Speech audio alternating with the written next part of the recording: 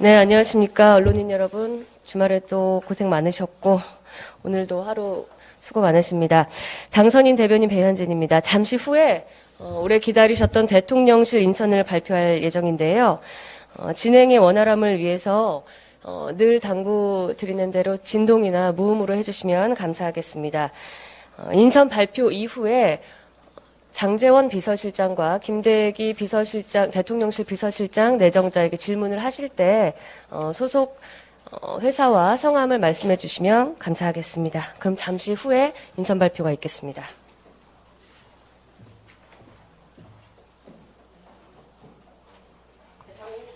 장제원 당선인 비서실장과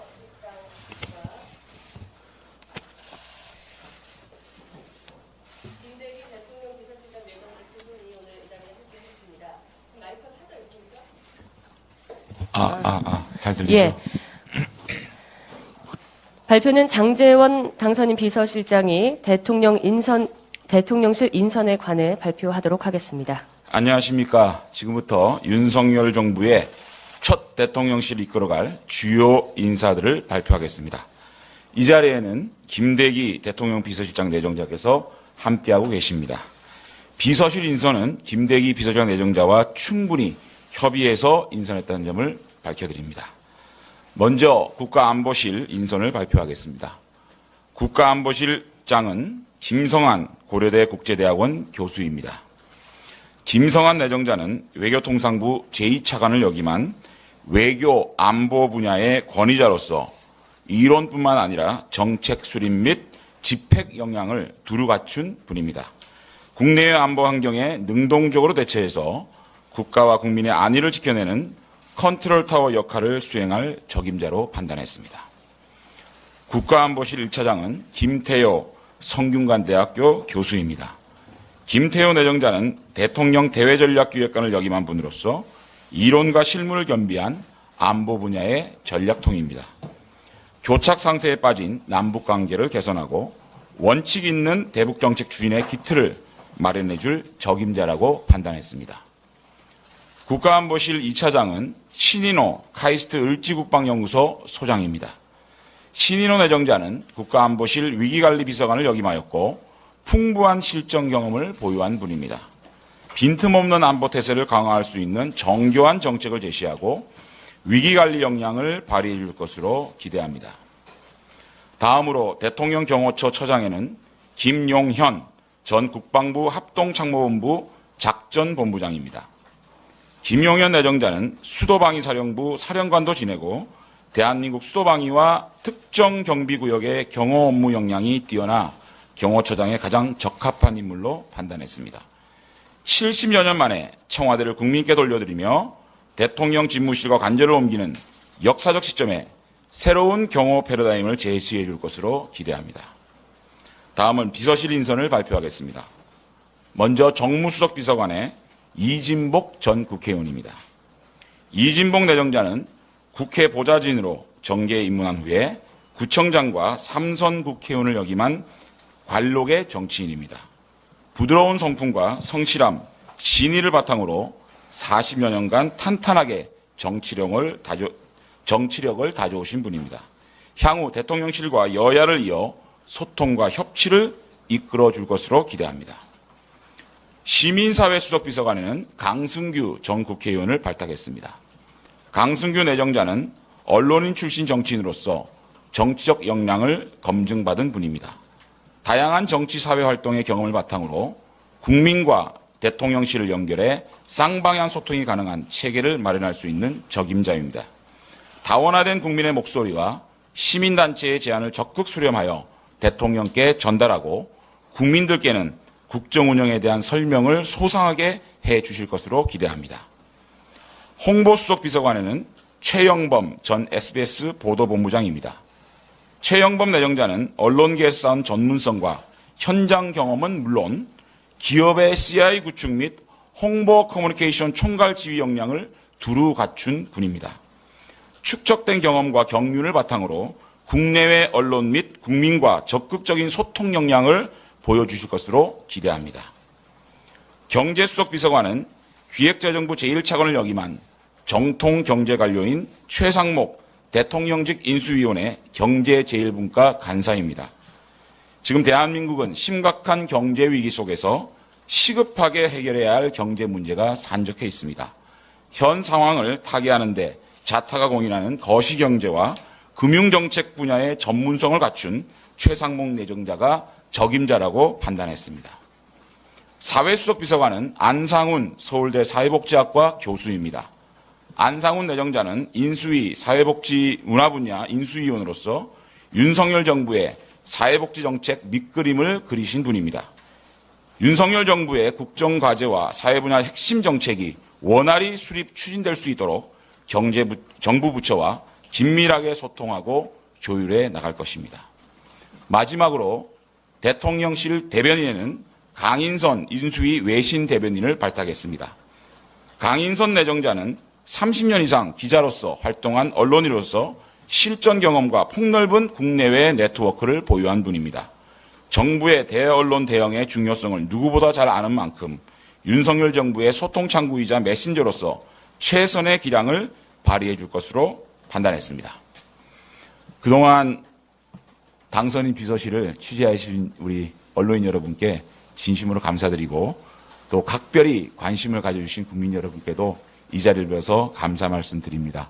내일부터는 저희 당선인 비서실은 대통령 비서실의 인수인계를 잘 해서 5월 10일 날 윤석열 대통령께서 집무하시는데 한치의 빈틈이 없도록 잘 인수인계하도록 하고 대통령실 인선 내정자들과에게 저희들이 업무를 잘 인수인계하도록 하겠습니다. 고맙습니다. 네, 이상으로 대통령실 인선과 관련한 발표를 마쳤습니다. 자, 언론인 여러분의 질문에 이제 답을 하는 시간을 갖도록 하겠습니다. 제가 지명할까요? 오늘은 인선에 초점을 좀 맞춰주시죠. 네, 실장님, TV조선 홍현주 기자입니다. 오늘 인선이 드디어 발표됐는데 그동안 대선 경선 과정에서부터 대통령실 슬림화 누차 강조하셨는데 그 취지를 다시 한번 여쭙고 싶고요. 앞으로 발표된 수석 산하 비서관 인선은 어떻게 될지, 규모는 어느 정도로 보면 될지 궁금합니다. 우선 대통령실 슬림화 이 부분은 저희들이 그동안 청와대가 행정부를 좀 이렇게 주도하는 그런 청와대의 모습이지 않았습니까? 그래서 사실상 행정부가 청와대의 뜻을 집행하는 기관에 머물렀습니다. 그래서 행정부가 좀 더 창의적이고 혁신적인 어떤 그런 정책들을 집행하고 또 수립할 수 있도록 저희 대통령실은 조율하고 하는 역할을 충실히 하겠다라는 차원에서 슬림하겠다라는 말씀을 드렸고, 향후 비서관 인선은 오늘 지명된 수석들과 의논을 해서 곧 발표를 할 수 있도록 최선을 다하겠습니다. 비서관도 이 슬림화하는 그런 기준에 맞도록 해서 한 분 한 분이 핵심적인 역할을 잘 수행할 수 있도록 그런 인선을 하는데 박차를 가해 나가고 있습니다.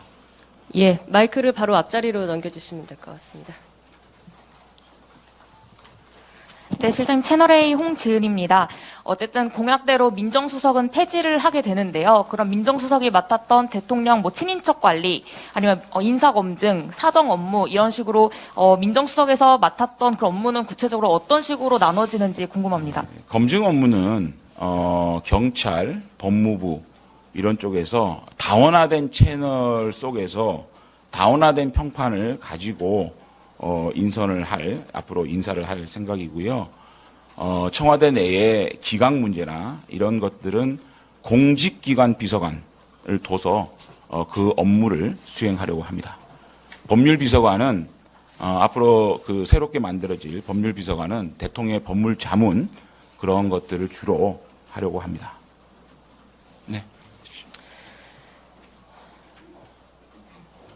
예, 매일경제 이종혁 기자입니다. 두 가지 여쭙고 싶은데, 우선 이제 그 민관 합동위원회에 대해서도 되게 관심이 많은데 혹시 언제쯤 저희가 윤곽을 기대할 수 있을지, 그리고 이게 대통령 비서실 슬림화로 조직이 축소되면 정책 조율 역량 약화 등 이제 어떤 문제가 생길 수 있다는 지적이 있는데 어떻게 보시고 계시는지 이 민간합동위원회는 저희들이 급하게 서두르지 않겠습니다.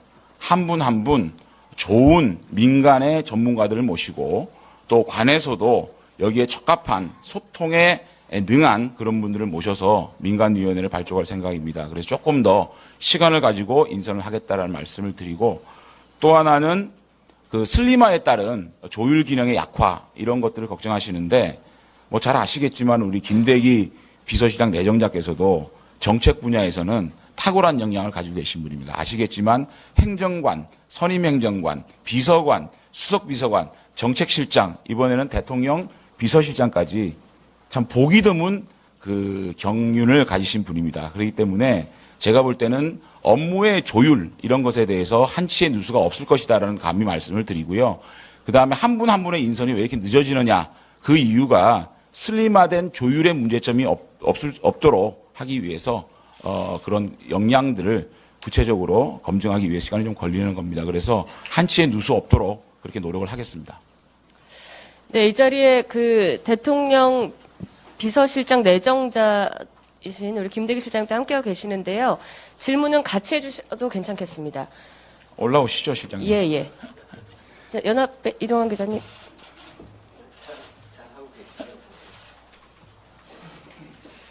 네, 연합뉴스 이동환입니다. 원래는 안보실 편제가 1차장 국방, 2차장 외교 편제 이렇게 돼 있었던 걸로 알고 있는데, 이번에는 1차장이 외교를 비롯한 대외정책을 맡고 2차장이 국방 출신 인사가 된 것으로 보이는데, 이게 특별한 이유가 있나요? 특별한 의미라기보다는 좀 더 작지만 효율적인 대통령실의 체제 구축이라는 측면에서 그렇게 이해해 주시면 좋겠고, 어차피 지금은 안보 국방이 외교와 뗄래야 뗄 수 없는 사정이지 않겠습니까? 그리고 지금 대한민국 외교가 너무 어려워져 있고, 특히 사강 외교가 참 뭐라 그럴까요? 이거 정상화시켜야 될 필요가 있지 않겠습니까? 그래서 1차장, 2차장을 이렇게 역할 분담을 했다라고 말씀을 드리겠습니다. 예. 두 분 차례로 드리겠습니다. 질문을 몇 개만 받기로 했는데. 네, 당선인님께서 오늘 직접 발표를 안 하신 이유는 있는 건지 궁금하고요.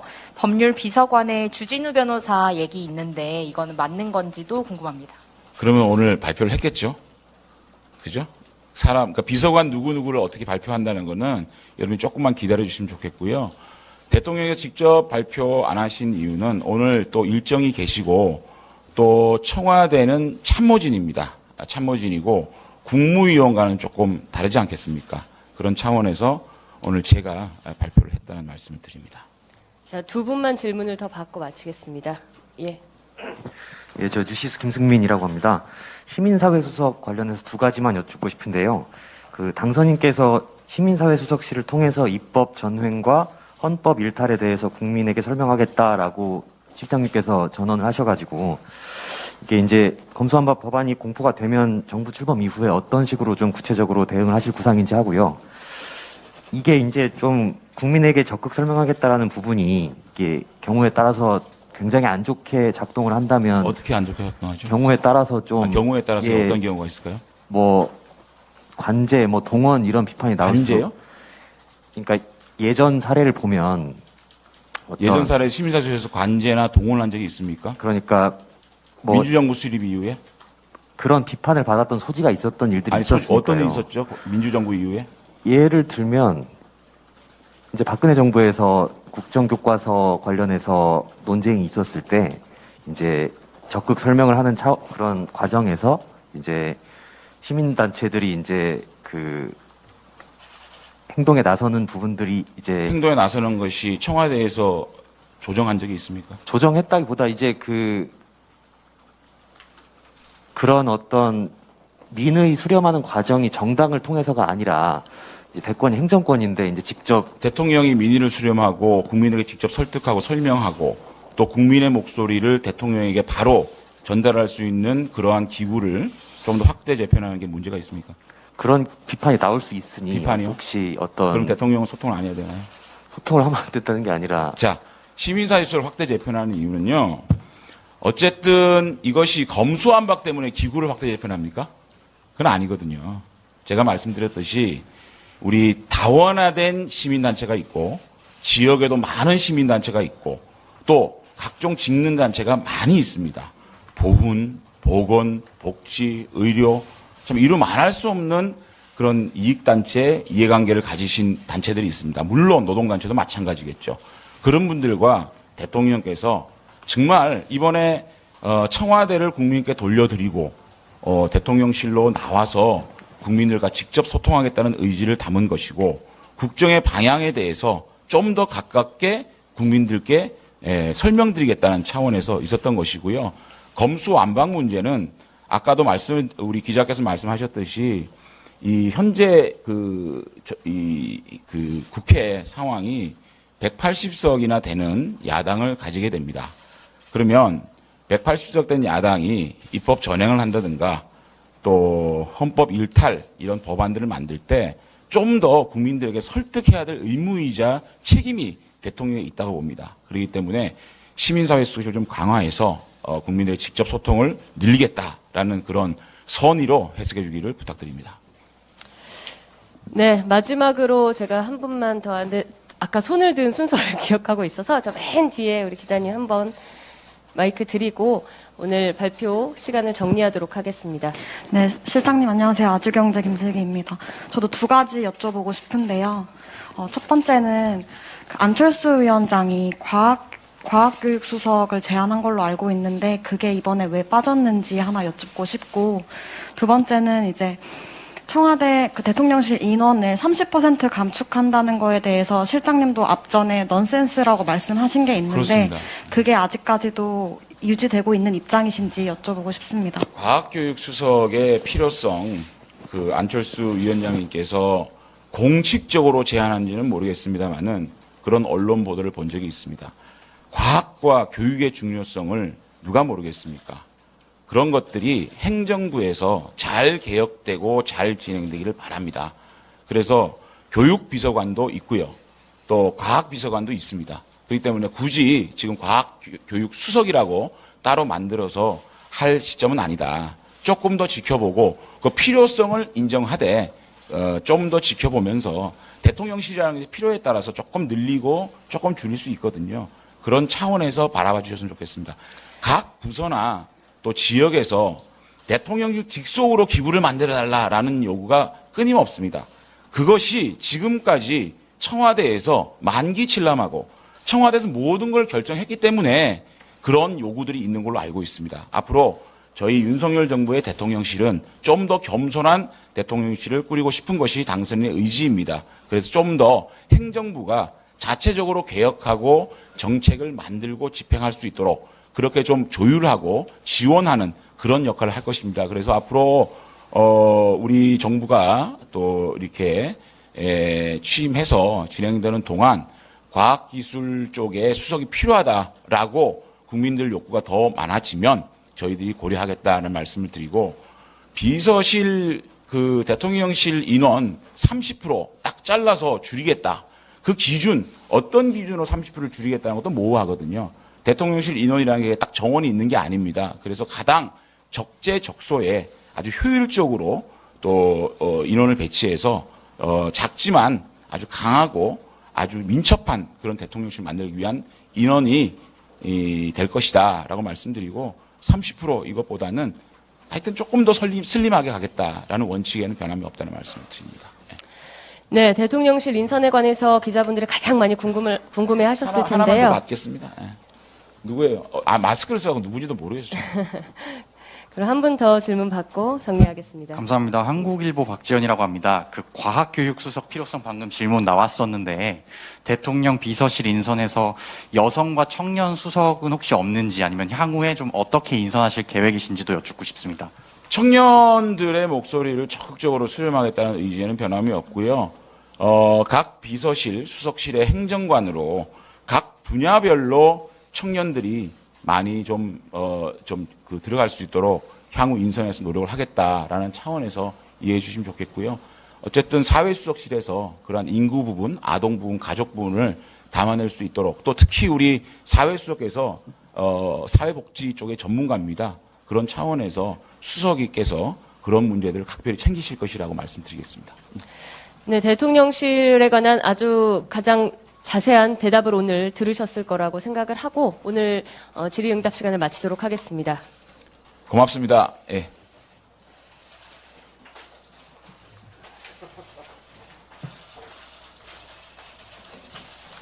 고생하셨습니다.